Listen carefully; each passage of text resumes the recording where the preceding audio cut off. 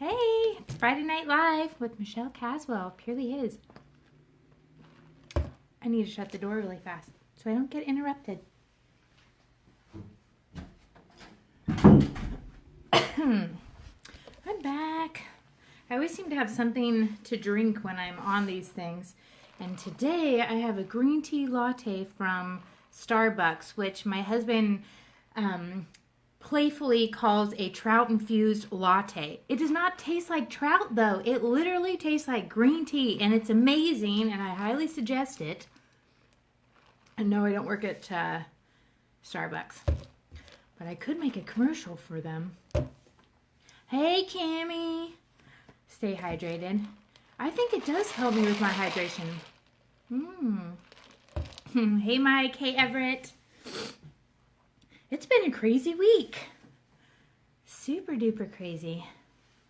That wildfire and all, which I'll tell you all about in a minute.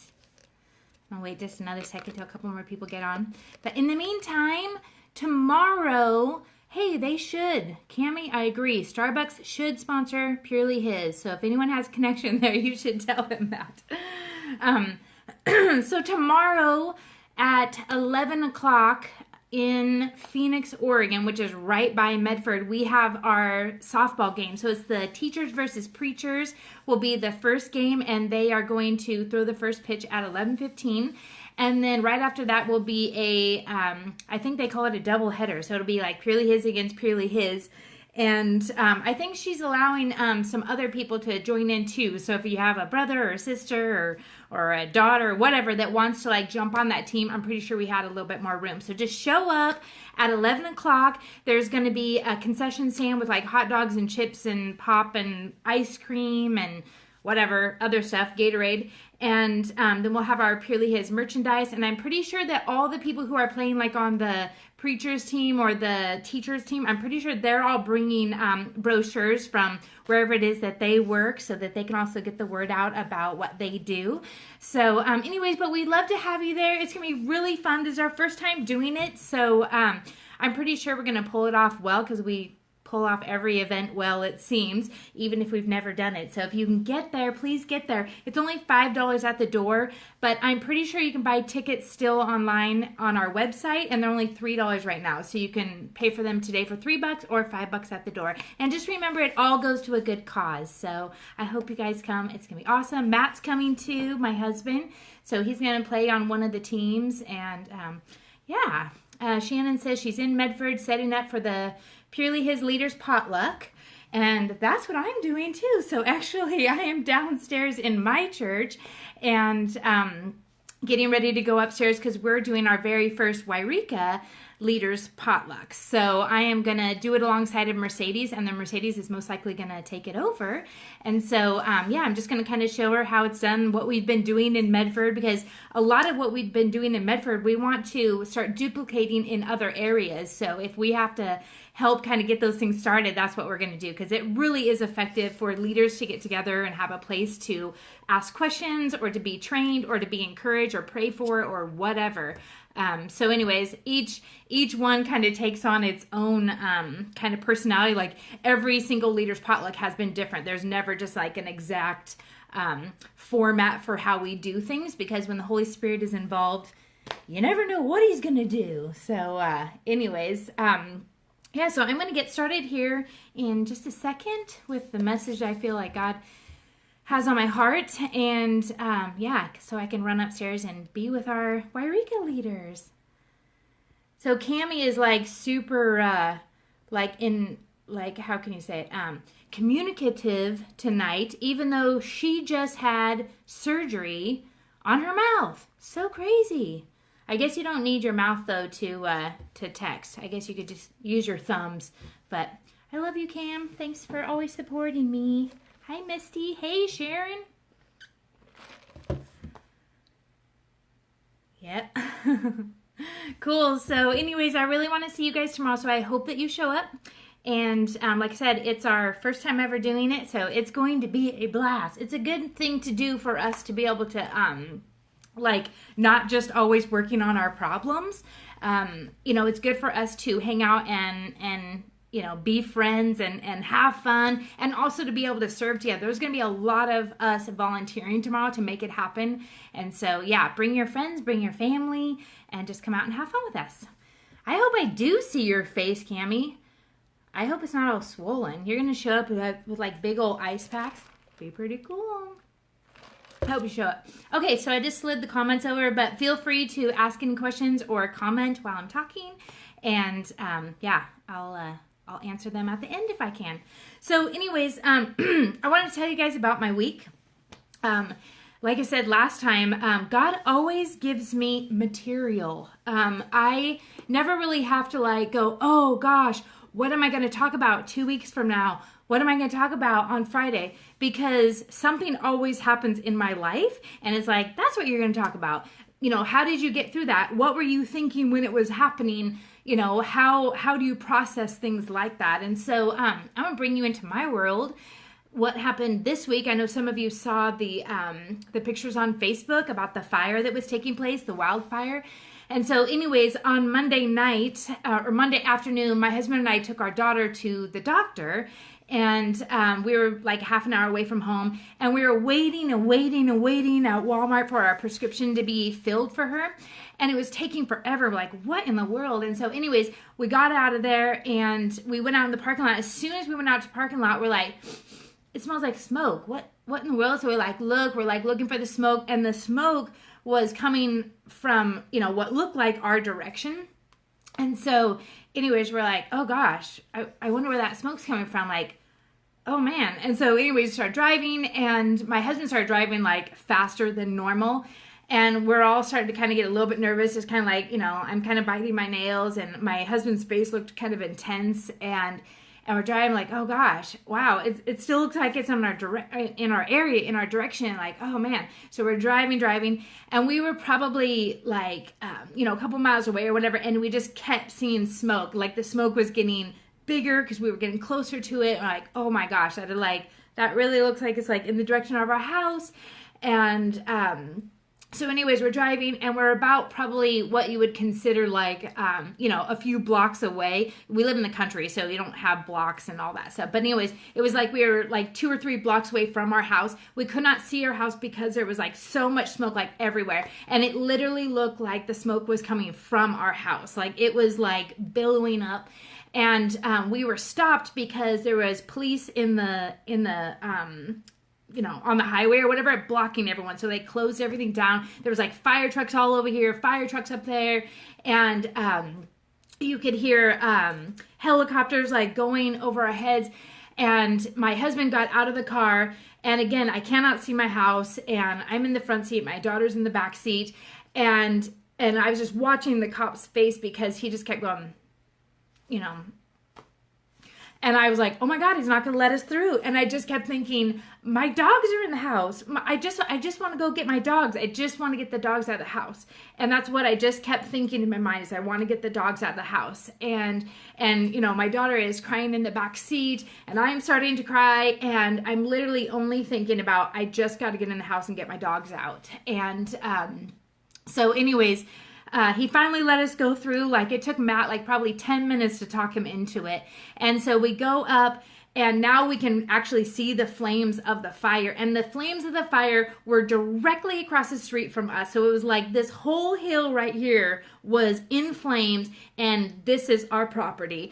And in front of our property was like, I don't even know how many fire trucks. There was like 8 fire trucks or something. They had to move so we could get into our driveway. And they basically told us like, yes, you can get in there, but you better make it really fast. If you're not out of there really fast, we're coming in to get you. And so we basically had like 10 minutes to like grab our stuff. And so it was like, okay, I just need to be up in my head. I just need to do what I need to do. So I go in, and Kaylee's grabbing stuff, and Matt is grabbing stuff. And I had this weird feeling. It was like, so I was like almost like walking in circles, because I was sitting there going, okay, even out loud I was saying, what do I need to grab? What do I need to grab? And I like had no feelings at all. I felt completely like detached from my feelings. And I was like, I couldn't think of anything else to grab except for my laptop, because I knew that had pictures of my family for the last several years. A box of pictures that I knew had my boys' pictures from when they were little. And then just like a bag of clothes. So I like grabbed like this small like double bag and just started shoving some stuff in there that didn't even match. And I just remember feeling very surreal with absolutely no feeling whatsoever. Like I literally, looking back, I was like, I did not care if my house burnt down. I didn't care if anything happened to my property. I didn't care if the trees burnt down. Like I had no feelings. And it was like just detachment. It was so weird. And so, I just knew I wanted to get my dogs out of the house. And then, of course, my daughter was like, and grab the cats too. So we, put the 3 dogs into one vehicle. We put the 2 cats into another vehicle with a litter box.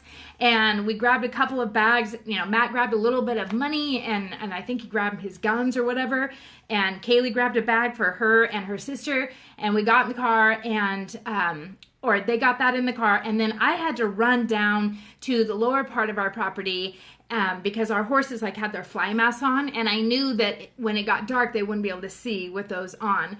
And so I ran down there, and I was just like, Lord, protect them. Lord, I just pray blessings over them, and that you would just protect them. And so I went down, and when I took their fly mask off, that's when I started crying. And I was just like, oh God, like this is real. So I'm taking their fly mask off really fast, and you could hear the crackling of the fire. Like it's like right there. You can even hear it from inside of our house. It was so dang close. And so I'm probably like 20 feet away from the front of our house.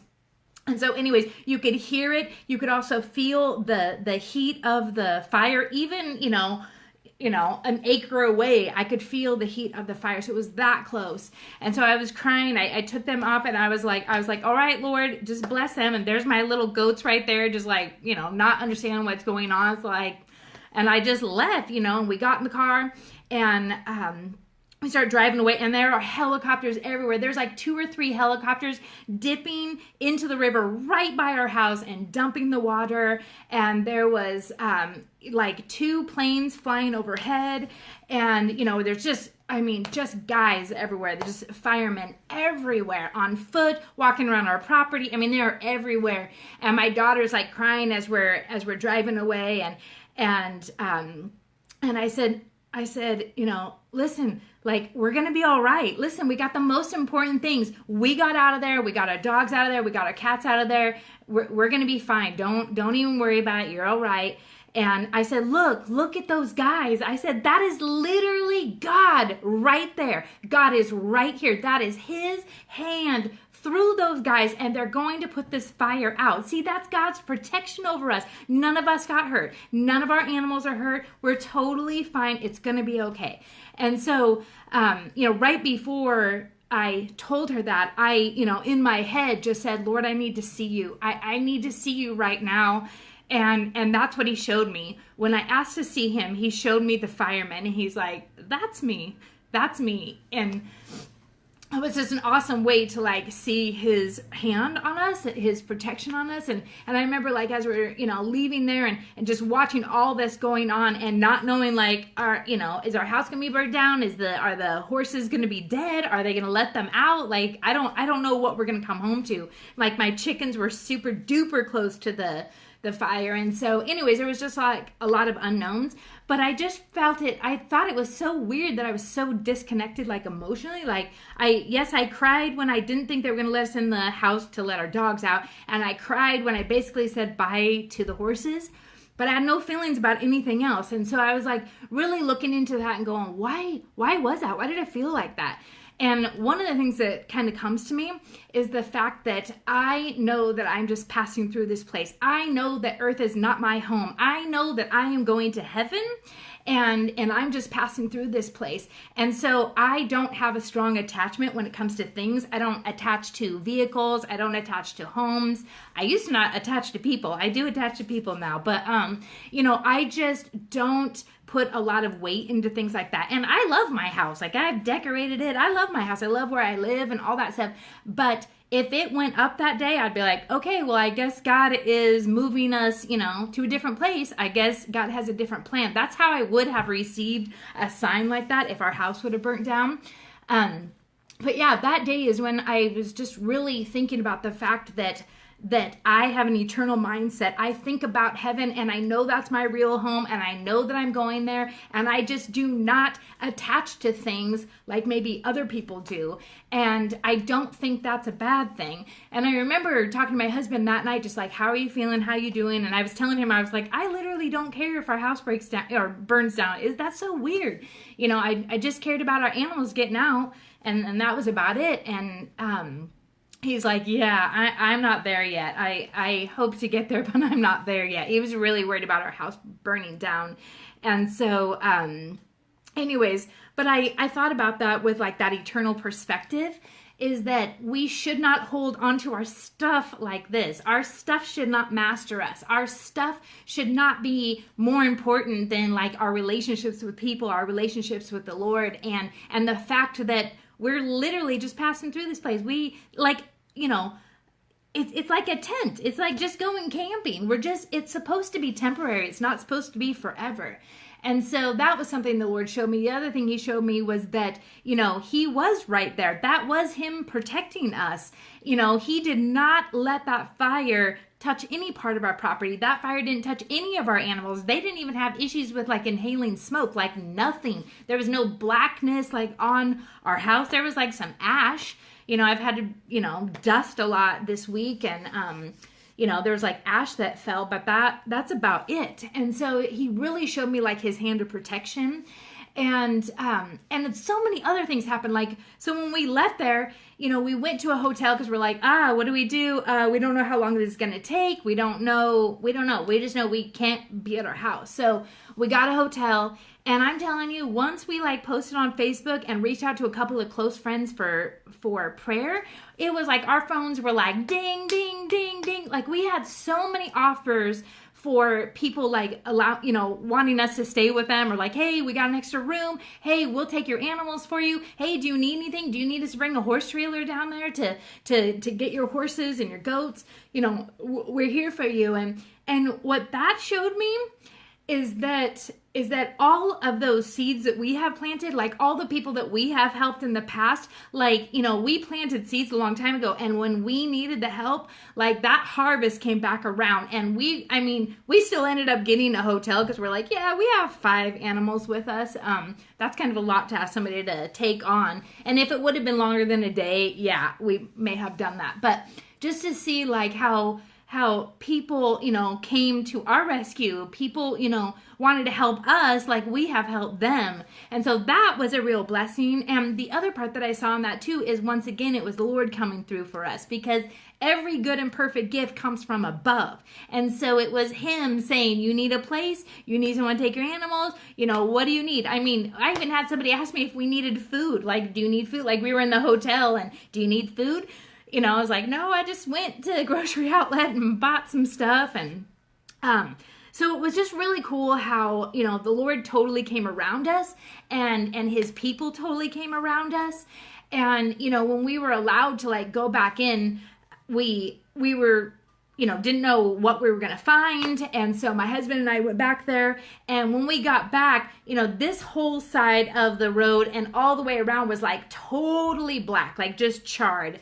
Across the street and down like several miles and around. And then the mountain over here, which was at the end of our property, but up on the hill, was completely inflamed when we got home.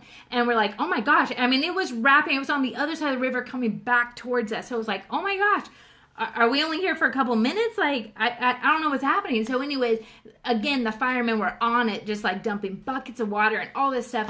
And we just kept watching it. And we're like watching the wind, like is the wind going to turn it? And it's going to burn our place up now? What's going to happen? And so we were still kind of on high alert.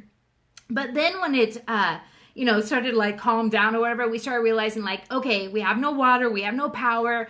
What do we need to do? So we went down to the river, and we were getting buckets, 5-gallon buckets or whatever of water, which was really heavy, and it was hot that day. But anyways, we were getting buckets of water and giving the horses water, giving the goats water, giving the chickens water, giving our dogs water and the cats, and then we were taking buckets of water to the garden and watering that, and, you know, watering my other potted plants. And then also using it to, like, flush toilets. Like, because when you have no power, you have no water, you can't even flush the toilet. So anyways, we started just getting really creative because we had no idea how long it was going to last for.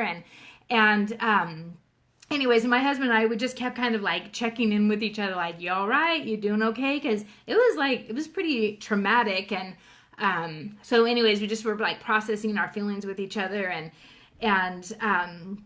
anyways, but by the end of that day, you know, Matt was like, well, I'm going to go down and take a dip in the river and, you know, probably work on our little thing that we're working on. We're working on we're building, like, a baptismal thing in our river. So we're just, like, stacking rocks and making this little thing. And, anyway, so we're going to go down and, like, keep working on that. Meanwhile, the mountain is inflamed.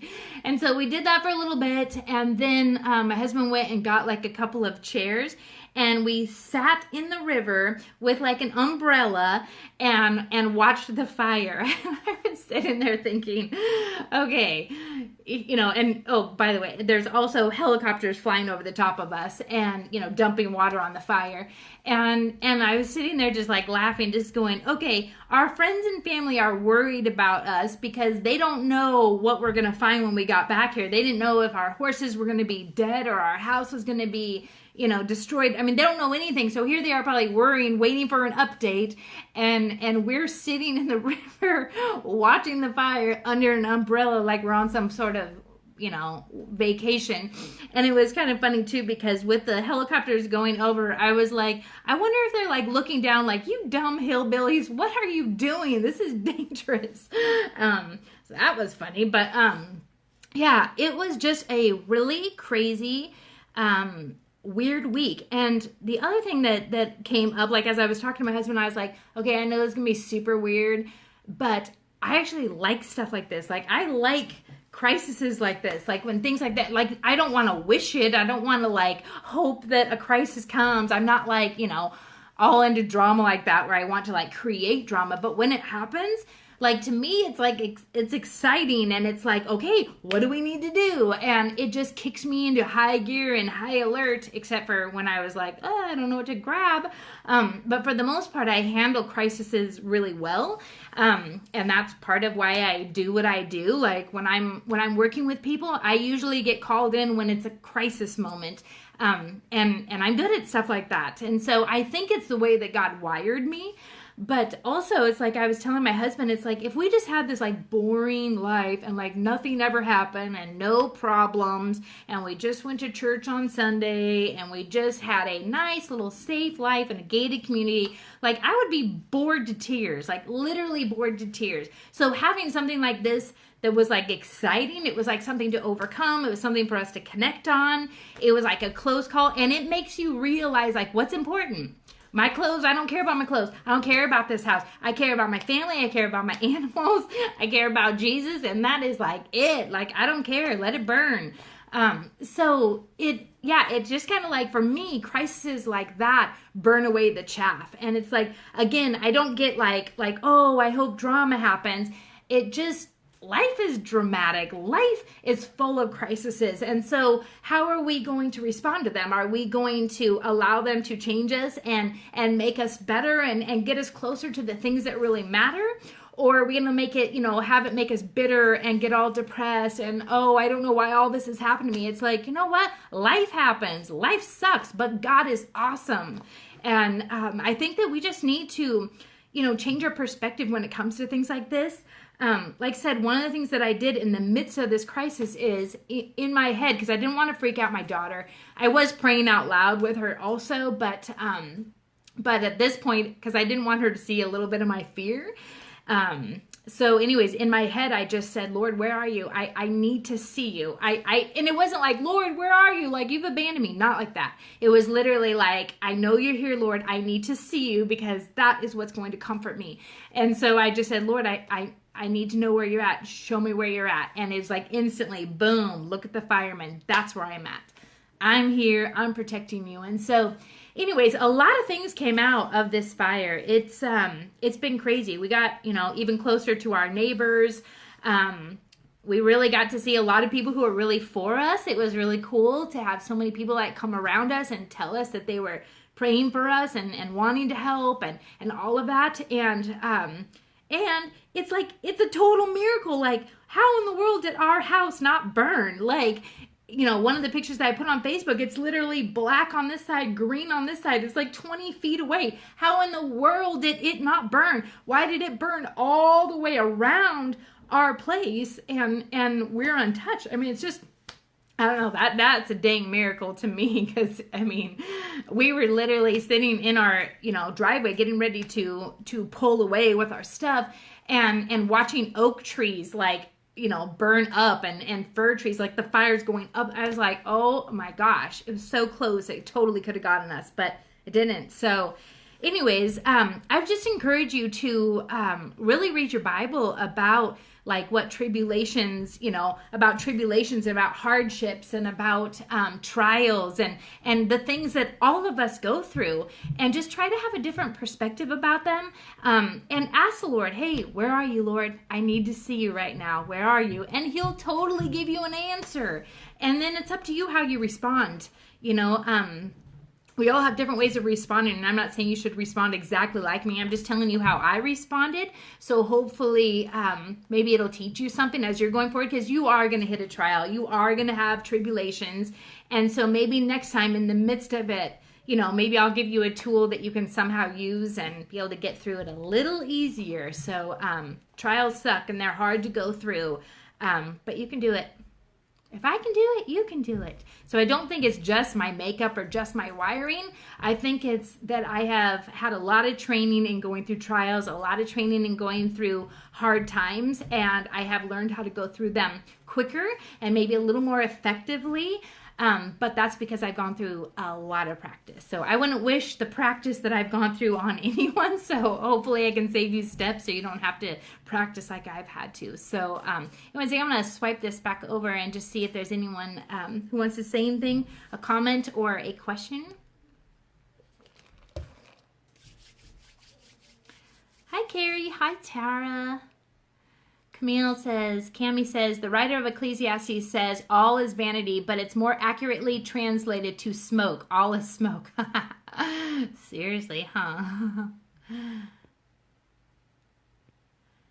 Cami says, God's provision is insane. It really is. I felt like he totally provided for me emotionally that day. It was like, he's awesome. I really love him, and I like him too. Everett says, we do have an awesome God, and we are his children to be called the children of God. Wow, how awesome is that? Seriously, man, he totally came through for me that day. He's come through for me a lot, but he really came through for me that day. Hey, Skylar. Congratulations on getting married. Yay. Can't believe you're an adult now who can get married. You were just a little kid when I met you. Hi, Amber. Let me see. I don't know what time it is. My thing starts in 2 minutes. So anyway, who's coming out to our softball game tomorrow? Are any of you coming out to the softball game? It's in Phoenix, and if you don't know where it's at Culver Park in Phoenix at 11 o'clock tomorrow. It's $5 to get in, or $3 on our website now for tickets. And so, yes, I would love to see you all there. And if you need more information about the event, go to our Facebook page, which is what this live is being done on right now, and click on events, and it should be under there. It'll say PH Softball Challenge or something like that. Danielle says, exactly, reading Ecclesiastes right now. None of this material stuff matters. Keep focusing on God and stay eternally minded. Seriously. It's so much better. If you really do some studying on heaven is amazing. I used to not really, I didn't want to go to hell for sure. But heaven seems super boring because I just thought of it as people wearing white robes, being on a cloud with a harp and oh, that sounds so lame. But if you really do some studying on heaven, it is amazing. I would strongly encourage you to read or do some studying on Revelation, because that's where I got my fire for like living with an eternal perspective. It is reading and studying through Revelation. I love looking for the Lord's coming, and I love to keep my mind like focused on heaven, because that's what makes me live every day like it's my last. So I would encourage you to do the same. But thank you everyone for tuning in tonight. I love seeing you guys on Friday nights. I'd rather see you actually in person, but this is better than nothing because I can talk to people and you can see me even though you live 5.5 hours away or 20 hours away or whatever. So anyways, well, I thank you guys so much for tuning in, and I need to get upstairs for our very first Wairika Leaders Potluck. So anyways, yeah, thanks for tuning in, and I will talk to you guys soon, at least next Friday, if not sooner. All right, bye.